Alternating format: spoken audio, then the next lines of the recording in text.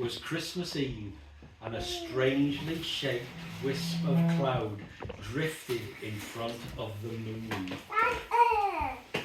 At Hillborough, on the Great Orme in Llandudno, Bella Half-Jones was snuggling down beneath her cosy quilt. She was excited because tomorrow would be Christmas Day. Her little brother, Bobby, was already fast asleep, dreaming of colourful decorations, presents, and the snow that was carpeting the street outside his window. Meanwhile, at 22 Carnegie Road in Bethesda, their little cousins Molly and Henry were just finishing their bottles of warm milk. Their eyelids were drooping over their tired blue eyes, and they lay quietly in their beds. A few fresh flakes of snow began to fall, twirling down past the streetlights and silently adding more sparkle to Llewellyn Road. Bella yawned, a great, big, long yawn. Then she noticed there was a soft green glow in her room and a strange tinkling sound.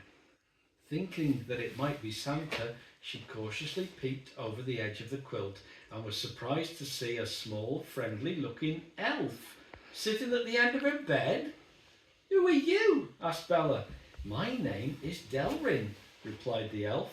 "I'm actually one of Santa's helpers. I know that you have been very good this year. Oh, and I'm here to take you on a magical journey that you will never forget." Bella sat up and rubbed her eyes. She thought that she must be dreaming, but if it was a dream, it was a very good one. In fact, the best dream ever. "Climb aboard," said the elf, pointing to a beautiful red and gold carpet on the bedroom floor. "I don't remember that being there," said Bella. "It's my magic Christmas carpet," said the elf. "Jump on, we don't actually have much time." "Wait," said Bella. "Can my brother come too?" "Of course," laughed Delrin, and he danced out of the bedroom, returning a few moments later, leading a very sleepy Bobby by the hand. When Bobby saw Bella sitting on the magic carpet, he rushed to join her and held her tight as Delrin steered the carpet across the room and out through the window. Luna and Mooch were sitting on the garden wall. They couldn't believe their eyes as the carpet zoomed over their heads. "We might fall," shouted Bella. "Goodness me, no. We're stuck on with magic," said Delrin. Up over the rooftops the Christmas carpet flew. The elf sat at the front. Bella held on to him and Bobby held on to Bella. Down the Orme they flew with snowflakes tickling their warm, happy faces. "Look, Bobby, that's Nana and Gaga's house," shouted Bella. "And there's our school." A wail broke the moonlit surface of the sea just off the little Orme, and Bobby pointed and shouted, "Fish!" The lights along the promenade and in the town twinkled like 1,000 jewels beneath them as they sped along. "Where are we going?" asked Bella. "To a special meeting place," replied the elf. The Christmas carpet zoomed along the coastline above the A55, passing over Conway, Penmaen Mawr and Llanfachan. "That's Puffin Island!" exclaimed Bella. "Yes, and it's covered in snow," laughed Delrin. "Car!" shouted Bobby, pointing to the tiny vehicles below. They looked like toys.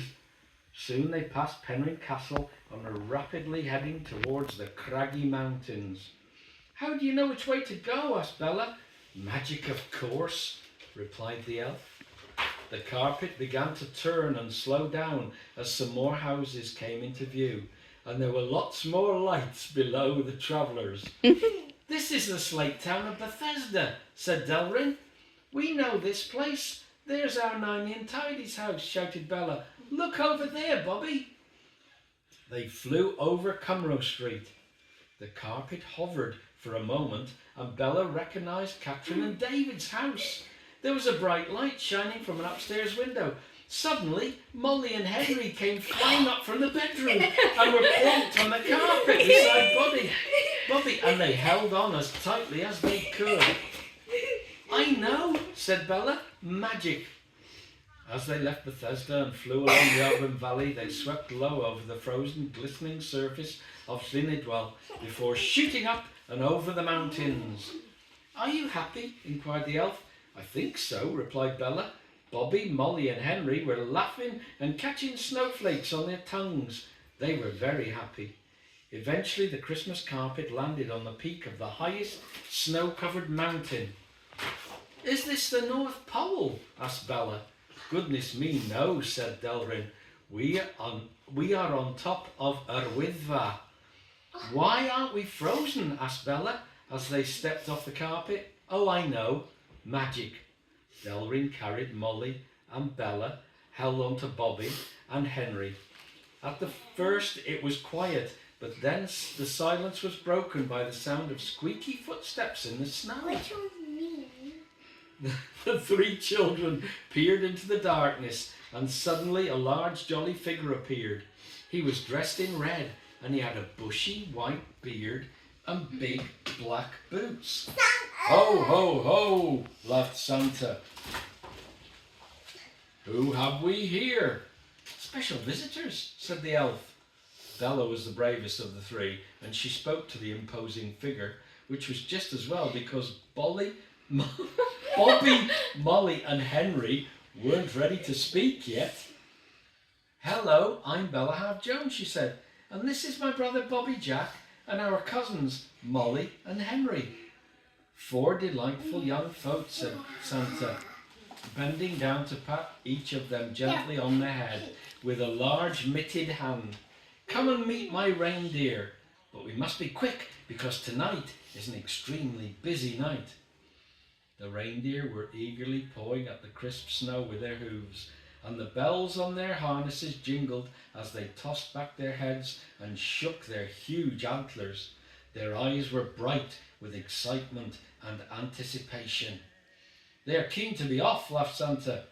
"They want to be working, delivering presents, not standing around waiting for me. It's what they have been looking forward to all year long. But before we go, we have a little something for each of you." Santa handed each of the children a small Christmas star, and as their little hands closed around the presents, they all felt the love and warmth of Christmas flowing through their bodies. "Hang them on your tree every Christmas to bring you luck, happiness and good health," he said.